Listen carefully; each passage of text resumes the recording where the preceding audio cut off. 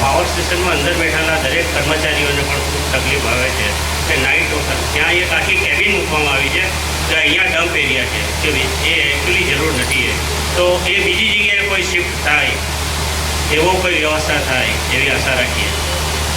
We will do something else. એમાં હું એકલો જવાબદાર નથી. અહીંયા મારી આજુબાજુ બેઠેલા જે છે એ બધા જવાબદાર છે. માન્ય કલેક્ટર શ્રી ખાસ કરીને તો એટલે ના એની જ વાત કરી રહ્યો છું. તો આપણે અલગથી એક જગ્યાની માગણી પણ કરેલી છે જે લગભગ એનું કામ પૂરું થવામાં આવ્યું છે. એ ત્યારબાદ આપણે એને ડેવલપ કરવા માટે જીયુડીસીને ઠરાવ કરીને આપેલો છે.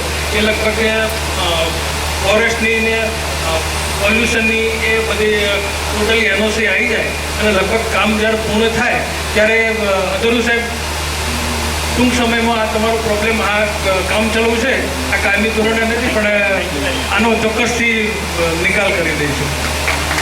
Thank you.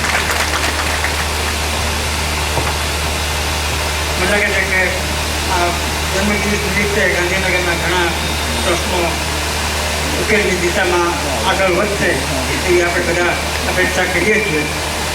મેં સમયે વાત કરી હતી કે અહીંયા અમે આવ્યા ત્યારે 25 રૂપિયામાં અંતિમ સંસ્કાર થતા હતા. તમે અંતિમ સંસ્કારી મોંઘા કરી નાખ્યા અને ઘણી વખત તો મારી પાસે રાત્રે ફાળવું પકડાવે કે અમારા પિતા ગુજરી ગયા છે, અંતિમ સંસ્કારના પૈસા નથી, તો કાંઈક વ્યવસ્થા કરો તો થાય.